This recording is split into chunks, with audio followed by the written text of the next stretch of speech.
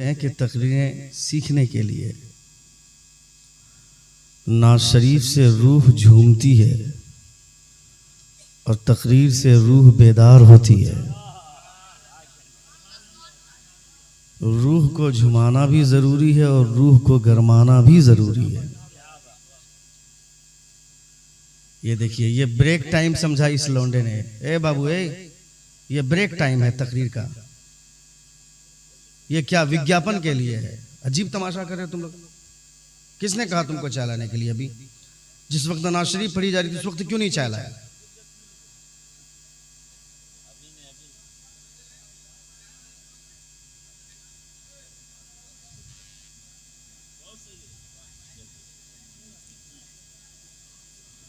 जैसे लगता है कि हम लोग ब्रेक टाइम के लिए न्यूज चैनल पे एंकर न्यूज बोलती है, डिबेट में मुर्गों की लड़ाई होती है। एक तरफ मौलाना बैठा, एक तरफ पंडित बैठा, एक तरफ सियासी एनालिसिस बैठते हैं और ये सारे लोग बैठते हैं और बीच में एक शोशा छोड़ देता है, मुर्गों की लड़ाई लड़ते हैं। साथ में फिर बीच में जो 5 मिनट के बाद जो टाइम लेते हैं ना, 5 मिनट, वो सब एक जगह बैठ करके चाय पीते हैं, नाश्ता करते हैं। जो चैनल के सामने लड़ाई करते हैं वो लोग बैठ करके एक साथ चाय पीते हैं। लेकिन तुमको उलझाया जाता है, तुमको समझदारी नहीं है। थोड़ा सा डिले दीजिए, थोड़ा सा। बहुत अच्छा साउंड आप बजा रहे हैं। मेरे पास अभी कुछ आया नहीं जो मैं आपको भी दूं। अजमत भाई ने दिया था क्या? अजमत भाई वादा किए हैं अभी मेरे साथ जाएंगे, गाड़ी में तेल भी भरेंगे। वो बहुत अच्छा आदमी है, बहुत बड़ा दिल है अजमत बाबू का, साजिद बाबू का भी। अल्लाह रब्बुल इज्जत दोनों को सलामत रखे। लंबी नाथखानी के बाद औरतें भी नहीं बैठती हैं। वो ये समझती हैं कि मुझे तकरीर की ज़रूरत नहीं है, बल्कि औरतों को तकरीर की ज़्यादा ज़रूरत है। मर्द तो जुमे में भी सुन लेता है, कहीं दूसरी जगह जलसे में जाकर के सुन लेते हैं। औरतों के पास टाइम नहीं होता। औरतें सीखेंगे नहीं तो पीर साहब का जाकर हाथ चूमेंगी। कितनी औरतें इस कदर जिहालत का सबूत देती हैं और वो पीर साहब से जाकर हाथ मिलाती हैं। दुनिया के सबसे बड़े पीर हैं मुस्तफ़ा। कोई ये नहीं कह सकता है, आज तक किसी रावी ने नहीं कहा कि किसी औरत ने हुजूर से जाकर मुसाफा किया है। और ये बाप की खिलाफत लेकर के बैठते हैं और पीर साहब हाथ चुमवाते हैं औरतों से।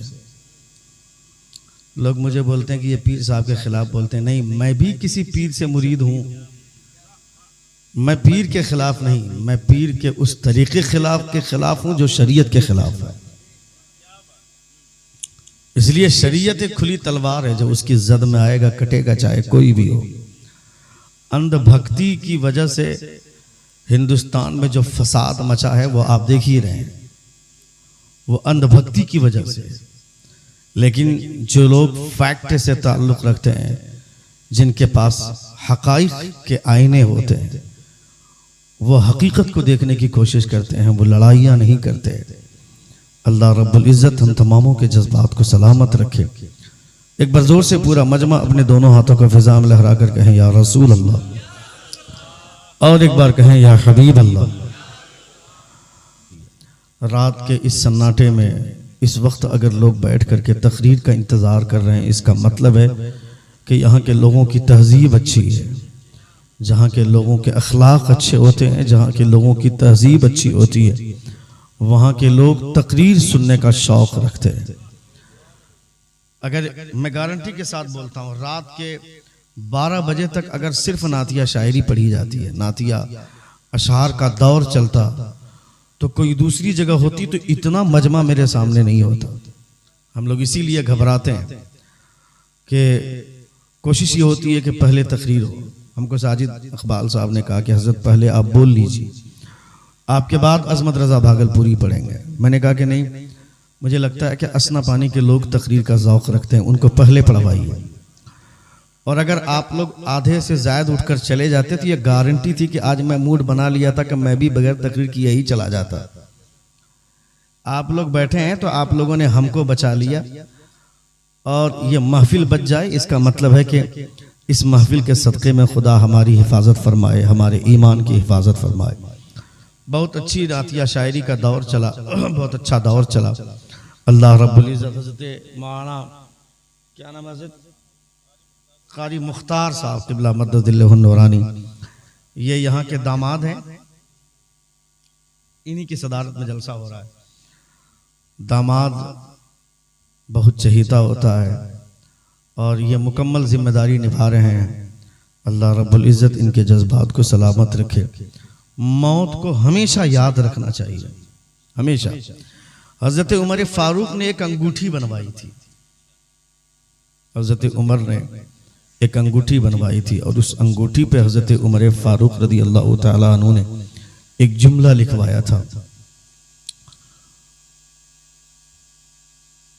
हज़रत उमर रज़ी अल्लाह तआला अन्हु ने वो जुमला लिखवाया था कि ऐ उमर, मौत को याद करने से ज्यादा नासिह कोई नहीं है। यानी जिंदगी की सबसे बड़ी नसीहत यह है कि अपनी मौत को याद करना चाहिए। यह हज़रत उमर फारूक ने अपनी अंगूठी में लिखवाया था। तो मौत को हमेशा याद करना चाहिए, हमेशा याद रखना चाहिए।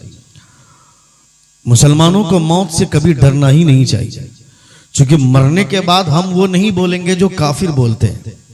कुरान मुक़द्दस में अल्लाह फरमाता है, लअल्ली आमलु सालिहन फीमा तरक्तु कल्ला इन्नहा कलिमतुन हुवा क़ाइलुहा व मिन वरा। ए बेटा, ए बाबू, बैठो बैठो बैठो बैठो।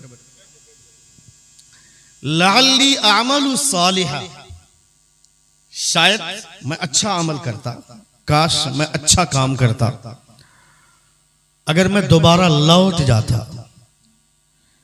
काफिर जब बरज़ख में पहुंचेंगे, आज चाहे लोग जितना भी नशे में अपने आप में जितना भी तूफान मचाना है मचा ले, लोग चाहे जिस बुलंदी पर पहुंचना चाहते हैं पहुंच जाएं, मगर उसे ये एहसास होगा कब्र में जाने के बाद। मुसलमानों को कभी इस फिक्र में नहीं रहना चाहिए, मुसलमानों को कभी ये एहसास नहीं करना चाहिए कि हम दुनिया में जिल्लत आमेज जिंदगी गुजार रहे हैं, जिल्लत के साथ जिंदगी गुजारे। हमारे पास कपड़े बोसीदा हैं, हमारे मकानों की छत से पानी के कतरे टपकते हैं, हमने सही से मकान नहीं बनवाया। इसके एहसास में कभी मुसलमानों को नहीं रहना चाहिए। मुसलमानों के लिए दुनिया है ही नहीं, मुसलमानों के लिए आखिरत है, कब्र की जिंदगी। लअल्ली आमलु सालिहन फीमा तरक्तु कल्ला इन्नहा कलिमतुन हुवा क़ाइलुहा। अल्लाह फरमाता है कि ये जो काफिर हैं, ये कब्र में जाएंगे और जाकर के बोलेंगे, काश मुझे दोबारा भेज दिया जाता तो मैं कुछ अच्छा काम कर लेता। अल्लाह फरमाता है, खबरदार, कल्ला इन्नहा कलिमतुन हुवा क़ाइलुहा। ये जो बोल रहे हैं ये सिर्फ बकवास है, ये सिर्फ बातें। इसलिए बोल रहे हैं कि वमिन वराइहिम बरज़खुन, इनके सामने बरज़ख है। ये कब्र का मंजर देख रहे हैं, कब्र के सांप को देख रहे हैं, कब्र के वो तमाम अज़ाबात इनके सामने।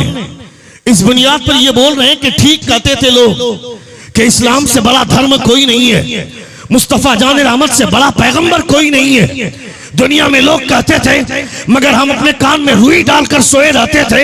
मगर आज जब कब्र में देखता हूं तो कब्र में आने के बाद यह एहसास हो रहा है, यहाँ पे किसी की नहीं चलती है, यहाँ पे चलती है तो सिर्फ आमना के लाल की चलती है। यहाँ सरकार है तो मुस्तफा जाने रहमत की सरकार है। मैं कहता हूँ बेवकूफ, दुनिया के तमाम लोगों से कहना चाहता हूँ, मुसलमानों पर जुल्म ढाना है, जितना ढाना है ढाले, तुम्हें पता ही नहीं है मुसलमानों के दोनों हाथ में लड्डू है। मुसलमान मौत के, मुसलमान अपने घर के बिस्तर पे मरेगा, फिर भी कब्र से मुस्तफा से मुलाकात होगी।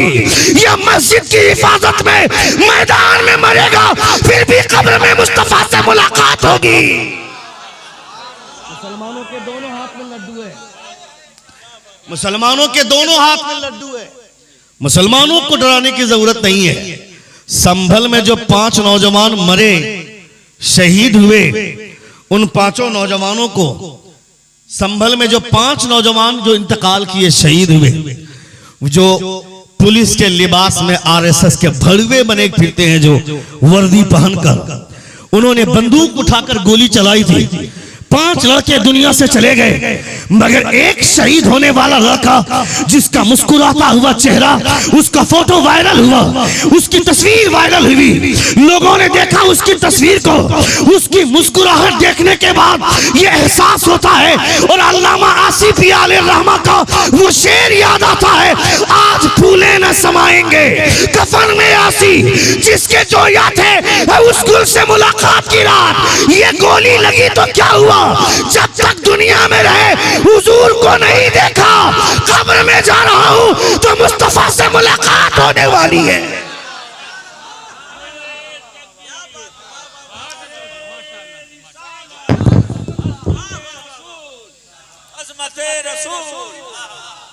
लअल्ली अअमलु सालिहन फीमा तरक्तु कल्ला इन्नहा कलिमतुन हुवा क़ाइलुहा व मिन वराइहिम बरज़खुन इला यौम युबअसून। अल्लाह फरमाता है मिन्हा खलकनाकुम व फीहा। उससे पहले एक बात सुन लीजिए आप, हम जिंदा किसको मानते हैं? जिंदगी वाला किसको मानते हैं? हमारे जिस्म के अंदर रूह है, हम चल फिर रहे हैं, बोल रहे हैं, हमारी आंखें देख रही है, हमारा हाथ हिल रहा है, तो हम क्या कहते हैं? जिंदा। मगर कोई आदमी बिस्तर पे सो गया, उसकी हाथ की हरकत बंद हो गई, उसकी आंखों की पलकों का झपकना बंद हो गया, उसकी जबान का हिलना बंद हो गया, हम क्या बोलते हैं? जोर से बोलें, मर गया। यानी जब तक आदमी चलता फिरता है लोग कहते हैं वो जिंदा है, मगर जैसे ही आदमी की रूह निकल गई हम क्या कहते हैं कि वो मर गया, वो मुर्दा है। मगर कुरान ने कानून बदल दिया। जोर से बोले, जोर से बोले और जोर से बोले सुभान अल्लाह। कुरान ने कानून बदल दिया कि तुम सिर्फ हाथों की हरकतों वालों को जिंदा कहते हो और जिसका हाथ हरकत नहीं करता है तुम उसे मुर्दा कहते हो। यानी तुम यह समझते हो कि अगर जिस्म के अंदर रूह है तो जिंदा है, जिस्म के अंदर से रूह निकल गई तो इसका मतलब है कि वो मुर्दा हो गया। मगर कुरान कहता है जब इस्लाम के पैगंबर ने बोलना शुरू किया, अबू जहल सामने, उतबा सामने, शेबा सामने, नबी ने कहा खुदा एक है। एक बार कहा नहीं माना, 2 बार कहा नहीं माना, 3 बार कहा नहीं माना। बुलबुले सिदरा तशरीफ लाते हैं, फरमाते हैं मेरे महबूब ये क्या कह रहे हैं? इन्नका ला तुस्मिउल मौता वला तुस्मिउ सुम्मत दुआ। इनको जो आप बोल रहे हैं ये मुर्दा है। जोर से बोले, जोर से बोले, जोर से बोले। ये नहीं सुनेंगे, ये मुर्दा है, ये मुर्दा है। अबू जहल के अंदर जिस्म में रूह है, उसके बावजूद खुदा ने फरमाया कि वो मुर्दा है। उतबा के जिस्म के अंदर रूह है, फिर भी खुदा कहता है मुर्दा है। शेबा के जिस्म के अंदर रूह है, फिर भी खुदा कहता है मुर्दा है। और वहीं जब करबला में अली असगर के हुल्कूम पर तीर लगा, अली असगर की रूह निकल गई, हजरत इमाम हुसैन के सर जिस्म से अलग हो गया। सारे लोग कह रहे हैं मुर्दा है, मगर खुदा फरमाता है वला तहसबन्नल्लज़ीना कुतिलू फी सबीलिल्लाहि अमवाता। रूह निकल गई फिर भी हुसैन जिंदा है, रूह निकल गई फिर भी अली असगर जिंदा है, रूह निकल गई फिर भी मुस्लिम बिन अकील जिंदा है। मतलब क्या हुआ? मतलब ये कि अबू जहल के अंदर रूह होने के बावजूद मुस्तफा की अदावत ने जीने नहीं दिया, और हज़रत इमाम हुसैन के रूह निकल जाने के बाद भी मुस्तफा की मोहब्बत ने उन्हें मरने नहीं दिया। क्या बात है।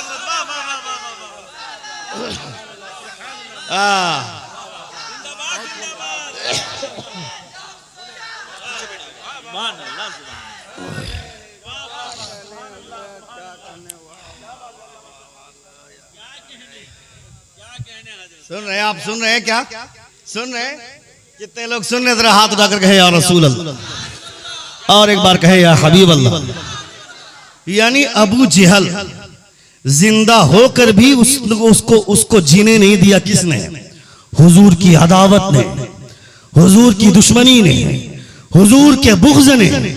और ये ऐलान किसी दुनियादार की जानिब से नहीं, दुनिया पैदा करने वाले खुदा की जानिब से। हजरत इमाम हुसैन के जिस्म पर लाश पर घोड़े दौड़ाए गए। हजरत अली असगर के जिस्म से रूह निकल गई, अली अकबर के जिस्म से रूह निकल गई, हजरत इमाम हुसैन के रूह से जिस्म से रूह निकल गई। मगर खुदा फरमाता वला तक़ूलू लिमन युक़तलु फी सबीलिल्लाहि अमवात, जो खुदा के राह में मारे जाते हैं उन्हें मुर्दा न कहो, बल अहयाउ वलाकिन ला तशऊरून, बल्कि वो जिंदा हैं लेकिन तुम्हें शऊर नहीं है। इसका मतलब है कि जिंदगी मुस्तफा की मोहब्बत का नाम है और मौत मुस्तफा की अदावत का नाम है। मुस्तफा की अदावत